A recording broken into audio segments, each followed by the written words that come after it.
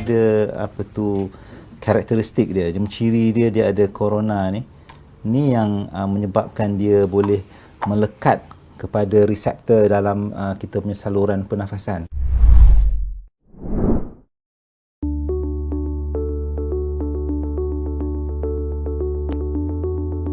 Di Malaysia ni, kita telah mengenal pasti ada beberapa jenis vaksin yang bakal kita gunakan, ya. Jenis vaksin yang kita telah menandatangani untuk diperolehi oleh Kementerian Kesihatan adalah dari jenis teknologi mRNA. Jadi vaksin mRNA ini dikeluarkan oleh syarikat pharmaceutical Pfizer dan BioNTech, ya. Itu jenis yang pertama.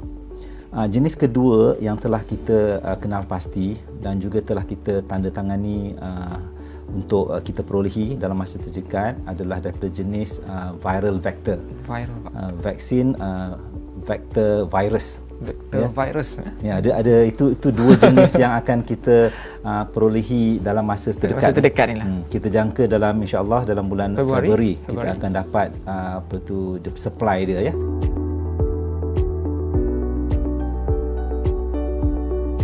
Kita di Kementerian Kesihatan sentiasa memastikan apa-apa saja produk yang dibawa masuk menepati beberapa kriteria yang penting, ya. Kriteria pertama adalah dari segi kriteria kualiti vaksin tersebut, ya.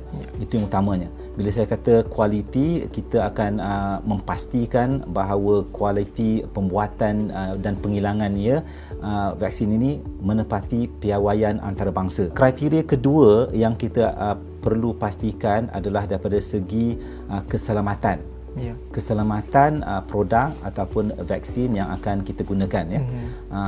Bila kita hendak memastikan keselamatan, kita perlu melihat daripada data-data klinikal, kajian klinikal yang telah dilaksanakan ke atas vaksin ini, ya.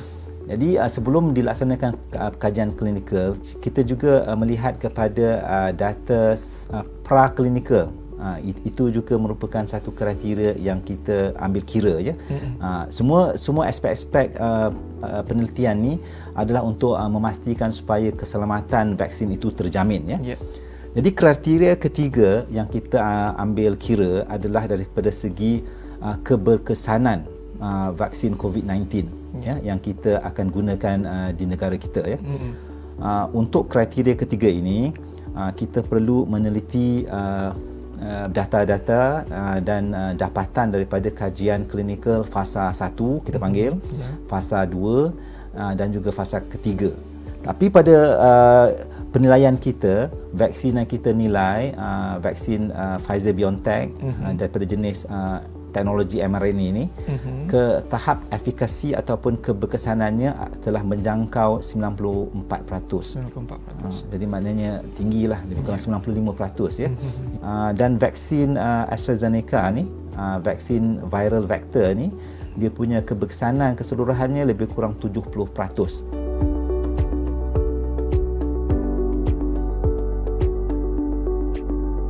Prinsip perubatan kita adalah pencegahan itu adalah lebih bagus daripada mengubat, ataupun dalam bahasa Inggerisnya prevention is better than cure.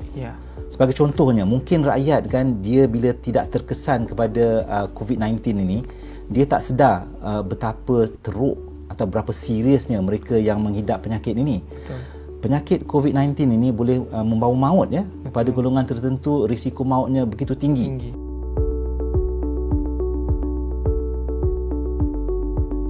Keutamaan penerima vaksin ini akan diberi kepada orang-orang yang berisiko untuk mendapat jangkitan SARS-CoV virus ini, dan juga mereka yang sekiranya dihinggapi penyakit ini, mereka akan mengalami komplikasi. Kita sasarkan kumpulan yang pertama adalah petugas barisan hadapan, frontliners, ya. sebab mereka terdedah dengan virus ini di lapangan dan juga mereka menjalankan satu tugas yang kritikal di barisan hadapan ya.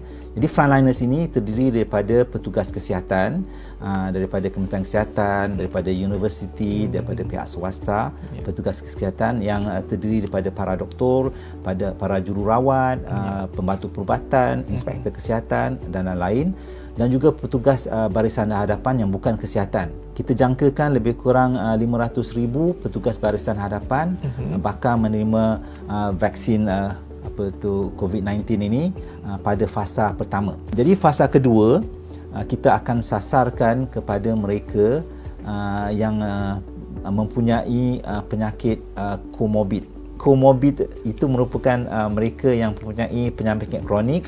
Dan mereka ini sekiranya mereka mendapat jangkitan SARS-CoV ini, mereka akan mendapat komplikasi yang teruk. Mereka yang lebih daripada 50 tahun ataupun 60 tahun ke atas, kita akan beri vaksin ini kerana mereka yang warga emas ini sekiranya mendapat jangkitan COVID-19 ini, kesannya adalah serius ya. Dan fasa ketiga merupakan mereka orang dewasa 18 tahun ke atas. Jadi tujuan kita sasarkan pada orang dewasa adalah supaya kita dapat membentuk immuniti kelompok.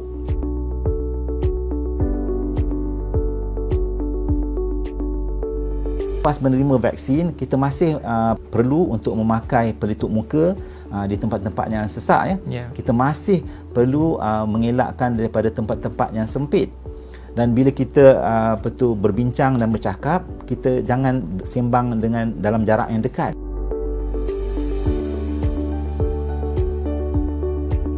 Jadi saya rasa seluruh rakyat Malaysia ni terkesan dengan jangkitan virus ni ya, daripada yang tua, muda, dia merentasi agama, bangsa dan juga peringkat umur ya. Jadi saya melihat rakyat Malaysia mereka bersama-sama ya, bila kita menghadapi musuh yang sama ni kan, common enemy kan. Kita perlu bersama-sama membantu satu sama lain ya. Macam sekiranya kita tidak dapat bersama-sama kan, saya rasa untuk agak sukar untuk kita mendepani masalah pandemik yang kita hadapi sekarang ini ya. Tapi saya yakin dengan pertolongan media ya, mass media untuk memberikan penerangan yang sahih, yang kredibel, yang betul pada rakyat, dan rakyat pula mereka dapat menerima penerangan yang kita berikan, sebab kita berikan penerangan ni secara telus ya. Kita tidak betul menyembunyikan fakta-fakta.